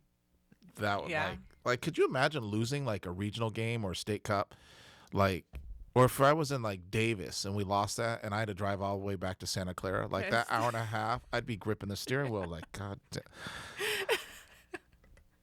You'd probably see me crying. Yeah. Like I couldn't even shake hands after the game. It was good you weren't in a coach against me. Oh my God. I mean, yeah. That's. But Seth let me do that. He would be like, "Yeah, go ahead." Yeah. There was sometimes even I was like, "Seth, I don't know. Like, I already tried." He was like, "Go for it." I was like, "Okay." Do you think that was important for your development to have a coach like that like gave you like, yeah. Especially coming from the environment I was in at Sporting, like, complete 180, very different. So that was like, Seth he'd be like, "Yeah, try it. Go for it." Yeah. He'd tell it to anyone. Like, yeah, try it. You have to. Man. He's phenomenal. He's the coaching whisperer. He is. He can get his point across without like I've been coaching a long time and I still struggle with it. Like a player will do something wrong and I'll be like, yeah. And then he has a way. He does. And he just he's fantastic. I wish my daughter would have played for Seth. She's sitting over there. She's like, yeah. She wants to play for you. She does. And I didn't even want to be honest, like I didn't even want to coach my daughter because of the pressure and but she sat on my lap and she's like, "Hi, Daddy, can you?" And I was like, "Yeah." And then once you have a daughter, it was the bribes. Yeah, And she sat on my lap and told me, like, "Oh, Dad," da, da, da, da. No, she called me Daddy. And then once your daughter does that, it's like, you're like, okay. yeah. I was like, it wouldn't work today. Like, she's older now. I'm I don't more know. mature. I think it would. She still gets her way a lot. Yeah. She's in the room and she's shaking her head like, Yeah. yeah. But yeah, she's she's special to me. Mm-hmm. So if you could paint your own picture perfect for the next 2 years, what would that look like for you? A contract. Contract Yeah. in the United States or playing over Yeah. abroad? Yeah, here. That would be great. Winning a championship? Honestly, just being on a roster. Really? Like, yeah. Man. I don't even I'm almost at the point where I'm like, just let me try. Wow. Yeah. It's a little frustrating, but also like, yeah. Yeah. Well, I'll hook you up with the one agent that I know, Lenny Lunn. And had did you? Didn't work out. Not really. That's It's just it's hit or miss. It does yeah. But I also had him before I tore my ACL, and then after it was kind of well, once you retire, maybe that's something that you do. yeah. Like you form your own business and like ideally for me, and this is like I'm a dreamer, is to have a facility where people can come in and start playing at 3 and play all the way up until they're done playing, but play for the same club. So like when they go to college, have them come back to like a WPSL team. And then being able to take your summer program and help you implement it. Like, did you lift weights in high school at all? A little, but like my coach, I think like that wasn't his full-time job. Like he was doing something else during the day, and then he'd come coach high school. So he would like guide us, but also like that's not his forte per se. Yeah. So we were just like and you get these summer packets. It's like, hey, we want you to do hang cleans and power cleans and deadlifts. And you're like, where, and like how, and then and so these kids are trying. They're on YouTube trying to figure out how to do this stuff. So I'd always want a facility that would take their summer program, one-stop shop, and just holistically like come in and take care of you, teach you, because I think like you were able to play your freshman year, but there's so many kids that don't travel. They don't even. And that breaks them. Yeah. Like, and now with the transfer portal, like kids are like one and done. Yeah. Like, and anytime they hit, that's why I have so much appreciation for your mom, because kids hit diversity or a roadblock and they transfer out. Well, don't get me started on that. Like, you got to go through rough times. Yes. Come on. Yes. You got to make it out. You have to. Like, nowadays, so many people like they hit a roadblock and they just like abandon ship, and they're like, I'm done. Like, I'm gonna go try to find something better. But you're like, you're not learning anything. Well, you're learning something, but not the right things. Yeah. Don't even get me started.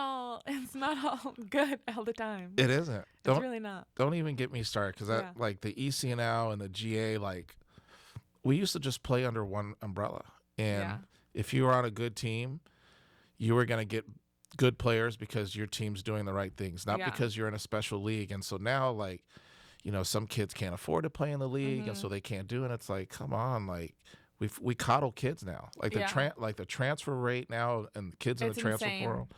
Yeah, coach doesn't like me, and you didn't get along with your coach all the time at Santa Barbara. Oh God, no. but you stuck with it. Yeah. And and your mom had a lot to do with it, but look where it got you. Yeah. And you came out, and I mean, your senior year, to know that you were your peers voted you the best player in the league. Like, wow. Yeah. Like, you're 80 years old and you'll remember that. Yeah. Like, no one can take that away from you. Like, that year, you were the best player in the league. I mean, that's phenomenal, right? Like, did you get a little plaque, little award? No. None of that, huh? Well, I had it. So we got our like jerseys framed, and I had them put it on the plaque, even though I wasn't supposed to. But I was like, please put it on.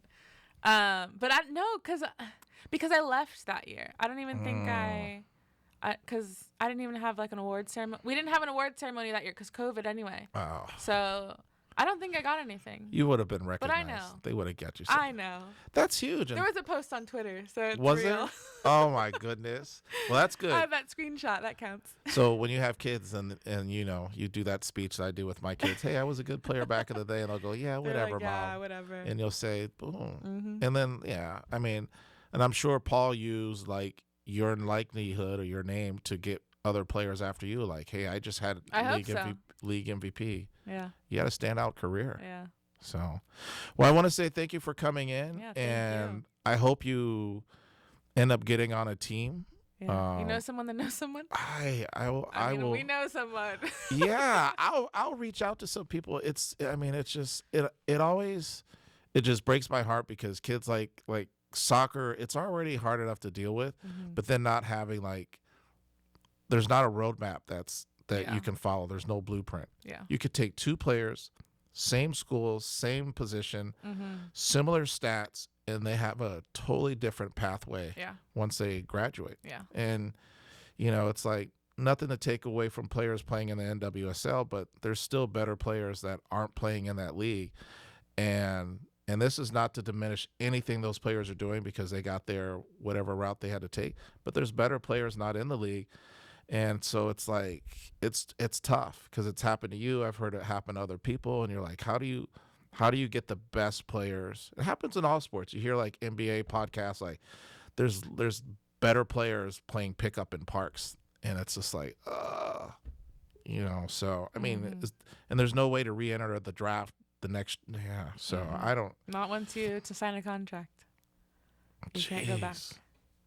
Jeez. So now it's like someone has to take a chance on you, and hopefully it works out. Gee, I mean, probably the best thing if I were in your shoes is to find like a WPSL or US. What's higher, USL? I think USL. Yeah, that's where I was this summer. And try But to. you just I just email everyone I know, text everyone I know, see if they know someone. Even I've even gone through like players as well, see if they Jeez. can do something. But yeah. There's got to be game footage out though, still from your Santa Barbara days. Oh yeah, I have all that. I have that all in like what do you call it? Like I'll have all my highlights, all my video, all my stats, everything ready. I send it all the time. But if someone Do they respond or do they? sometimes they'll just be like, thanks for the interest, but no thanks. And other times they won't respond. It's incredible. I see like, you know, on Instagram, like social media, like good U.S. players playing over in Europe, and like you said, like the level isn't great, and you're just like, but then you see some other games, and you're like, I know some of our players can play in that level, and it's just, I mean, unless you're like a household name like Alex Morgan or whatever, but you see like in other countries in first and second division, you could easily play. There's no doubt. Like there's no hesitation. Like you can play at that level. I still feel like I have something to give as well, like, and not just be a roster spot, but to like contribute. I feel like I can still do that, at least at some level. I don't know, but Definitely. Well, you're still young. What are you, like 25? 25, yeah. Yeah. So you still have a lot of good years. Yeah. You haven't even, you know, physically peaked as far as athletics. So No, and now, especially going after the injury, like I have a whole different perspective on like what I'm doing to better myself and whatnot. So I feel like this is like, like I was probably, I mean, I was good in my senior year, but like now knowing what I know now and the experiences I've gone through, like I feel like I'm a better player even now. well, and you've been working out. Yeah. It sounds like you found someone that you can work out with. Yeah. You know, physically to do some things. Do you Yeah. feel like do you feel stronger compared to what you were? Yeah. And quicker, faster? Yeah. I feel like I still got it. Well, Well, I do. Seth tells me. and Seth doesn't sugarcoat it, so Yeah. he'll tell you. But Yeah. no, he tells me, man, if there's anything I can do to help, and I'm sure people will listen in, and maybe they have some Yeah, connection. maybe the right person's listening. I hope so. I hope so. I mean, you've inspired people. I mean, like, you know, kids. I know in MVLA and stuff like that, like the Mercury team, everyone looked up to you guys. Yeah. Like you guys, like I stood there, like when my team was on water break, I watched you guys, and I think my boys team might have played We against probably you. scrimmaged. Maybe just Yeah. like, you know, I feel like we won. you probably did. You guys were beasts, man, machines, and just Yeah. but humble. Yeah. Like you'd see Tegan, humble. Michelle, Yeah. humble. Like none of you guys, like weren't approachable and stuff like that. Well, I think I went to college with a few of the Mustang girls, Mm-hmm. and they would tell me all the time, like, we'd look over at you guys messing around during warm up, Oh yeah. like 10 minutes before the game, and then we get on the field and we're killing you. It's like You- 4-0. you guys had And this. they would get so mad. You guys had this switch. Yeah, Like we you did. guys. We really did. Even Seth says it. He's like, I didn't even try because I knew you guys were going to, like, switch it on. I tell anyone in him like that's around. I'm like, if you have a chance to be on, of course, Albertine's team, he does a good job. Aaron does a good job. All of them, yeah. But if you have a chance to be on Seth, do it. Yeah. And then he's so humble. People don't like his. He's so nice. Like, I think he's a little intimidating, like, if you don't know him and know Yeah. his personality, but he's, like, the biggest jokester. And he, like, And he's so humble, Yeah. right? Because like other coaches like have these. I know coaches that haven't done as much Ego. as, and their ego's huge. yeah. And I know a lot of people that still have kids in MVLA, and they'll be like, hey, they'll say, "Oh yeah, I wish my kid." They always say, "Oh, I wish Albertine coached my kid." Oh, I wish Seth or Aaron. And I'd say, "What about Seth?" And they're like, "Oh, Seth, huh?" And I'll be like, he's put the most kids and players in the pros, And then they're like, "Really?" And I'm like, "Yeah, you just don't know it because he doesn't like tell everyone." Yeah, but it's like, not, like, advertised. yeah, but I mean, at one point, I think he had like 4 or 5 players playing in the NWSL. I believe it. Yeah. For every Abby Dahlkemper that's out there, and she's, we don't need to talk about her resume. She's phenomenal. There's good players that played. Tegan's been in the league, what, like 5-6 years now? Yeah. I think at one point you were with the Royals. Michelle, I think, played. She was on the Royals, too. Yeah. So, and he had a couple others. And I think this '06 team he has is going to have a couple Stanford kids and stuff like that. Oh, yeah, 05s as well. His 05s and 06s.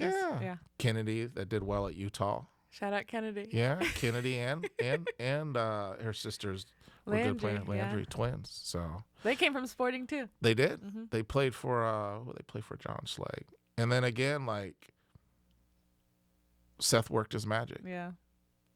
I We was- always talk about it because we all, even them, they're like, we wish we came over earlier. They all do. Yeah. You just don't know until you know, until you get there. Yeah. Yeah. Like I coached in MVLA from 2002 to 2015. And the stuff that I'd learned there was phenomenal. At nights, there would be Albertine there.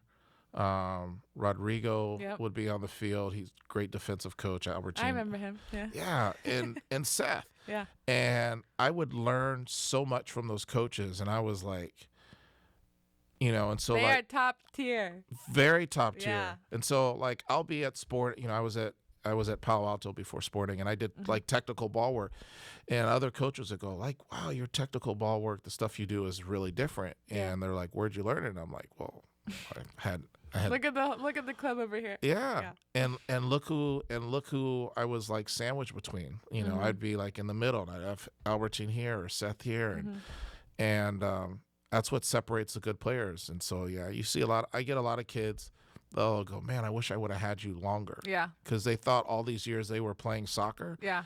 And I'm like, "No, you weren't really, but my team won so much." And I'm like, "It doesn't matter. Yeah. Like you gotta spend time on the ball. Like Master the ball. master it." Yeah.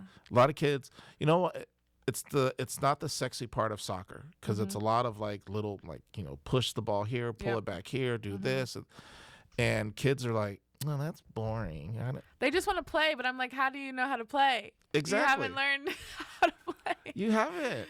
You can't go literally play if you haven't done all this stuff Yeah. that you think is boring.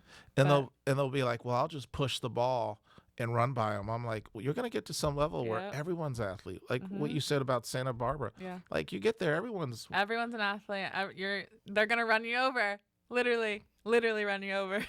oh man, I mean, don't even get me started. Like I have parents that are like, their kids are amazing forwards now, and I'm like, yeah, they're bigger than everyone. It's gonna even out. Yeah. Like you're gonna. Which is what happened to me when I went to MBLA. Like at Sporting, I was kind of bigger than everyone, and growing up, like I was mostly bigger, and then you get to the point where you're like, I can't keep doing what I was doing because that's not gonna work at the higher level. Yeah. And so that was you have to like, what's the word, like evolve with the times and with the. Well, think about it in ODP. Like how many people, back then ODP and State Cup, like CYSA, it was like the biggest. Like you had everyone. Yeah. And so you think of how many kids were like good at the younger ages that they got around 15, 16, and you're like, man, you're not even top. But I think that has to do with like your environment and literally who's your coach. Like my coach at Sporting, good coach. We were obviously good, but like he can only get me so far until I need to like move to the next level. Yeah. Like, and I think people get stuck They do. in that. Well, Tegan did the same thing, Yeah. right? Tegan Yeah. came from a Central Valley Arsenal, and her coach did a good job. He got him to a level that made him successful, Yeah. but then he couldn't get him over Yeah. that hump, Yeah. and they had to leave that environment. And Yeah, I stuff think like that. 5 of them left and went to MBLA. Yeah, I think Michelle was on that team Yep. too. Michelle, Noelle, Gianna, like a lot of them came when Tegan came. Yeah. It was like a whole half the team came. Oh yeah. Well, the other thing is too is people, they go, oh, the club does it, and it's like you could take Seth anywhere and he'd be successful. So, a lot of people go, oh, I got to go play for MVLA. I got to go play for Deanza. Find a coach that's good, because at the end of the day, like there's good coaches in MVLA. There's some not great coaches in MVLA. There's good ones in Deanza, not so good ones there. And like, find it like. I would hate for someone not to have an opportunity to play for Seth if he, went to another club and they go, oh, I'm not, he's at this club, so I'm not going to go play for him. If you have a chance to play for Seth, go do it. Yeah. Like, regardless, if he's at Juventus or Rage or Mustang or whatever, so find a coach that believes in you. Find a coach that knows what they're doing. And it's hard too, right? Because I'm sure when you first played at Sporting, you were like, this person's doing what I need to help me develop. But then there's different levels. Yeah, there are different levels. And Very different levels. Like, but you don't even know that there's a different level until you like see it. You're like, oh shit, I wasn't doing anything. Oh yeah. Like, I get parents that at the youngest ages, and I'll have them, and they've only had me as their coach. Like they'll start with me like 6 or 7. And they take for granted the training, and they're like, "Oh, I don't know if this training is good or not." And then they go somewhere else. oh my god, you see the difference. And they're like, "Holy crap!" That was college. Yeah. It was literally the jump from MBA to college. Like, unfortunately, we were doing like things I was doing at Sporting at college, and people weren't even successful at that. And I was like, "Whoa!"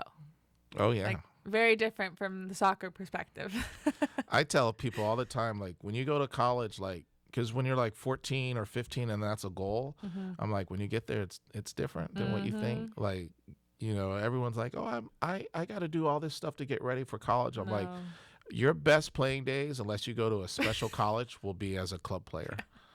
The best soccer you play, because you go to. I mean, let's be honest, like people get spoiled in our area because they can go watch Stanford. Yeah. Not everyone moves the ball like No. Stanford. In your conference in particular, like that. It was like a dogfight every game. Yeah. Like it was not even about soccer. Yeah, and that ball spends time in the air where the mids are Yep. like. If you're a mid and you play in some of these teams, all you're doing is watching the ball go over your Yep. head. Which drove me insane. Like, Because in that's not how MVLA, I played. with Seth, you're getting the ball to your feet. Yeah. Was that a hard adjustment? Like, It was because, especially like when you go to college, there's already a style, and you're a pawn in that thing already. Like there's already a system set up. So taking you out of this system, putting you in this one, that doesn't work for some players. oh yeah, Which was very apparent my first 2 years. Like I was not playing the way he wanted me to play, which was complete opposite of what I grew up playing with. Yep. But I'm like, you saw me play this way. You know I play this way. So it's very hard for everyone involved to like oh yeah. to see that. And you're 15 and 16, and Yeah. they're telling you what you want to They hear. tell you anything that you want to hear. You know, some people haven't even like dated yet, so they've never gone through the courting. Like, you know, you're the best thing since sliced bread, and they go, oh, really? Like, oh, you know, coach is telling me I'm gonna start, so Yeah. I guess I'm gonna start. Yeah. No, he told all 6 or 7. You Or know, 13. that's a big class. I thought I was going into a class of 4. And I got on the official visit and there was 13 of us. Jeez. I was like, oh. Was the senior class that big? No, because by the time you graduate, there's like 4 of you. And that's what people don't. It's survival of the fittest. It is. But that's what I'm saying. Like, I remember this girl, she quit after fall season because it was like not what she thought it was going to be. Yeah. But I'm like, that happens throughout all 4 years. And by the time you start with a class of 13, and I graduated with like 5 of us. And like 2 of those were transfer ins. So realistically, there was like 3 of us, like from freshman year, you know. Are there any questions that you know now that you wish you would have asked the coaches? Oh, everything. What would you have asked different? Literally everything. Like, 'Cause I would have gone through that whole process differently, knowing what I know now. what would you have changed? Like, give me an example. Like, would you have asked, like, I probably wouldn't have gone there. really? That, Yeah. yeah. I mean, I see it. Like, my kids, like, I would always say, watch the team play. Yeah. And is that a style you feel comfortable Yeah. with? Especially, like, I say, regardless of what they tell you, Mm-hmm. watch how they play. I think a little bit for me was also like me going into college was thinking, okay, I think this is a good place that has a good balance between soccer and like lifestyle Yep. per se. Yep. Once I got there, I wanted way more soccer and less lifestyle. Mm. And so that was like me though. Right, Like I right. was thinking, okay, this is a good balance, and I wanted way more soccer. Way more soccer. Wow, because Yeah. you hear it sometimes, like, they want less soccer. Because Yeah. they're like, I tell people all the time, if you go to a good D1 school, Yeah. it's a job. Yeah, it is. You know, That It's is your job. that is your job. So Usually they're paying you to be there and to do good. did you guys have double days? Oh yeah. Yeah, so you're getting your butt kicked twice a day. Yeah. And, like, if you get injured, it's hard to come back from injury because your spring or your fall season's such a quick ramp up. Mm-hmm. Like, would you guys do double days for a week or 2? I think we did it for 2 weeks. And then but then you're thrown into weights, you're thrown into school, you're thrown into everything else you want to try to do. And so, I mean, a lot of the other girls, like, they wanted to go sorority. Right. And, like, you're going to put that on your plate too. Like, soccer, hello. Like, for me, it was always soccer. It still is always soccer. So. Were you guys on the quarter or Quarters. Oh, so you were on campus way before anyone else Yeah. did. We went in, like, July. But then we didn't start school until after season already started. Yep. So that was kind of good because you kind of got your bearings with soccer, and then you get school sprinkled in there. But Well, it's hard because you don't, like, some other schools, like, if you're on the semester, you're training, but then and if you go to school, like a big school with a football, yeah, it's usually like soccer and football, so you have people to mingle with. But sometimes when you're on that quarter it system, was like just us. yeah, there's like, and it's cool because you get to know them. But if sometimes it's hard to be around people you don't like. Sometimes that much, like, Well, it's hard to make like outside friends because you're so engulfed in like your own little world. So like most of my friends were all athletes, obviously, but like it was hard to even try to meet others because your schedule's so busy. that's It was a lot. man. But like, it was, I don't know. It's and coaching, like, I coached at De Anza College with mutual friend Taryn. Yeah, shout out Taryn. Taryn, oh man, she was one of my. I mean, people always say coaches You can should say have it. favorite. You She was can one of say my it. favorites. She was, not only was she a good person, her mom was amazing. Oh, yeah. Right. So it's like, and even as a freshman, like usually at De Anza, because the only people on campus are football and soccer. It's like girls mismanage their time. Yeah. And then they fall in love with either one of the soccer players or one of the football, and it's just a hot mess. Like, she came in mature day one. I think she went to, I want to say Westmont or something like that. Idaho. No, for high school Oh, she went to presentation. presentation. Yeah, So yeah. she came in, but she was mature and she carried herself. And we had so many issues in the fall because of like girls couldn't get along or like You get that at every level. oh my god, like the head coach every season would her first comments were, "Don't date someone else's ex-boyfriend." Please don't. like like my first year of coaching college, I was like, and I wasn't coaching girls club yet. I was only coaching girls ODP, and ODP was like it was the best of the best. Yeah. So like, we didn't worry about that. Yeah. And they're all from different areas. Yeah. So I mean that was interesting to, Oh, yeah. to do ODP, but college they were like, no matter what, don't date someone's ex-boyfriend during the season. And I was like, what? And then sure enough, someone, because you're on the quarter system, and the only people to be around is that same group, and Yeah. oh my goodness, Gets messy. gets very messy. Gets messy.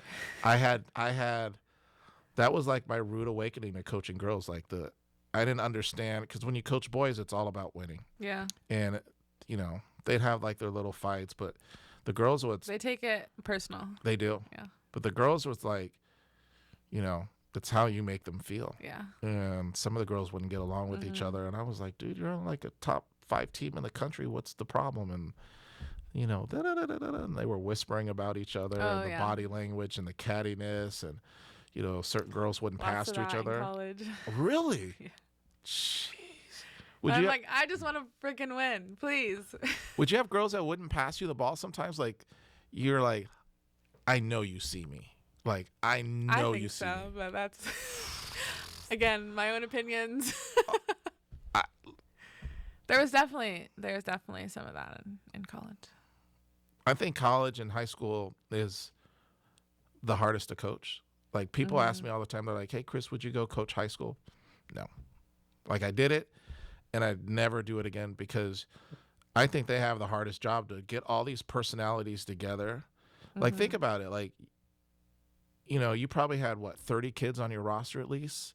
In college? Yeah. Oh, we had more than that. Only 18 travel. Even less than that sometimes? More. Oh, you'd have more? Like We would travel like everybody. Really? Sometimes, yeah. All 30 play? That's rare. Yeah. A lot of them, they just travel. It would depend on the trip. Like when we would play Hawaii, obviously they're not going to pay for more flights, so only like 22. I think they traveled 22 to Hawaii, but only 18 roster. So the rest of you gotta stand there, I guess. And then some of those girls, no matter what, aren't getting in a game. That's got to be tough. And then I think it's better to like let them know. Like everyone dressed as well. Right. So you would be dressed not knowing if you're on the 18, but like thinking I could be. Like to me that's worse. I would be. Yeah, you're warming up, you're dressed, you have your cleats on. And like he knows you're not going to play, but you don't know that. That's hard. Yeah. Well, college is hard. You're dealing with a lot. And I don't think everyone like fully grasps that concept of like what everyone has to deal with. You think it's universal? Well, I'm sure every school has their own issues. Like as great as like Florida State, and they've won the last 2 national championships. I'm sure if you talk to their players, they have issues. But you think just in general, like the college dynamics it's just tough. Yeah, I think so. There's so much going on in everyone's lives. Like everyone's priorities are very different too. But that's in some places though, you're gonna have soccer as their top priority. Right. At mine, that was not the case with everyone. So. Did you ever have teachers that wouldn't like Yes. because you're gonna miss time, like give you a hard time? I remember I was wanting to choose this class, and I went to my advisor and I was like, hey, these are the classes I'm going to take. And he was like, don't take this one during your season, because if she finds out you're an athlete, like you're going to have issues. And I'm like, personally, athletes are probably better because we are very good at time management. Yes. Like very good. We have to be. So I think it's better that you're an athlete. But yeah, some teachers I had were very, like they would work with me a lot. And Right. Usually we want to be eligible. So like we're trying to get good grades. It's not like we're trying to be there and like mess everything up. But we definitely had certain professors that were like, if they find out you're an athlete, like don't take their class. when I was at De Anza, uh, we had a we had our own counselor, and they would pull the kids in because the athletes got their classes first. Yes. Along with the international ones. Yeah. That's one of the benefits of being an athlete. Very good. And the counselor would say, don't, that one's like going to kill you with homework, or this one's going to, and not all the teachers were the same. And like some worked with the athletes, if you had a lab, but we had a game and we had to leave, get pulled out of class early. Some teachers wouldn't. Well, we dock your grade, and you're like, but they're representing the school. Yeah. Like, what do you, I don't care. I don't understand how that gets lost in translation. Like that was frustrating. So the counselor would do a really good job, and he would say, hey, look, and then the sophomores always help the freshmen, because the freshmen, you had your general education, and they were like, hey, that teacher's going to kill you. They definitely recommended like take the lightest load during season. You can always like add more classes in the off season. That's ridiculous. Yeah. Shoot. Yeah. Well, I want to say thank you for coming out. I feel like we could talk for hours. Forever. I know you've been such a great guest, and I wanted to get you in because like you probably didn't know me, but I knew you, and I knew of you. Well, I always watch. It's weird because like you don't want to be like creepy, but you're always like you'd watch the players, right? Yeah. Like the Mercury was a good team. You'd watch kids from the Lightning, Avalanche, and stuff like that. Lightning for sure. Yeah. Oh, big time, big time. And Erin was nice. She actually let me run practice for the Lightning one time. Really? Yeah, my boys were. Where were we? You trained there too. It was back because Crittenden now is turf. Yeah. But you guys used to train at Crittenden. On the grass. On that the was my grass. first practice there. Yeah. Yeah. So Seth would be there. Yeah. I was there, and Erin. And then Erin had low numbers. I think Abby was coming back from national team camp, so she didn't train and stuff. But, they had like Kelsey Fu and some other girls, Sandra Lay, big time players. And she allowed my boys team, we merged together and ran sessions. But so I always knew who you were, and but it's, I want to be like a groupie, like, hey, Shae, how's it? Can you sign my, But I always knew who you were, and then, you playing at Santa Clara, big time player and stuff like that. And then Seth always talked highly of you and stuff like that. So I've been dying to get you in, and I'll get Tegan in, but super happy that you could come out and stuff like that. But no, it's been great, and just to watch you evolve, and then probably the thing that's impressed me the most is your growth from your freshman, sophomore year to junior, senior, because you want to see people struggle, and then how do they come out on the other side? Yeah. Because that, like, anyone can struggle. Whatever you try to do, at some point you're going to struggle, but what separates you is what you do afterwards. Yeah. And for you to be able to do that, like, and then you hit a snag with your ACL, and it's like you bounce back. And right now I feel like I'm in my freshman, sophomore year. Yeah. And that, so like, as I drive home and I think about, the interview and things like that, I'll think about the times that you struggled, but I'll feel better knowing that you've had times where you struggled and you've overcome it. Because there's some kids that, like, as soon as they hit a bump, they eject and they're like, I'm done. I quit. Hard. I'm going to move clubs. I'm going to do that. And you've never been like that. So, like, I'm going to be bummed out that, like, you have to find a contract, but I'll sleep better knowing that, like, you've had obstacles and you've overcome it, and your support system's good. Yeah. Very good. So I'll sleep better tonight. But I want to thank you. We had to give your flowers. Thank you. Big time player, always been appreciate it. humble and stuff like that, and keep working with Seth. And again, thank you for coming out. Yeah. Thank you. All right.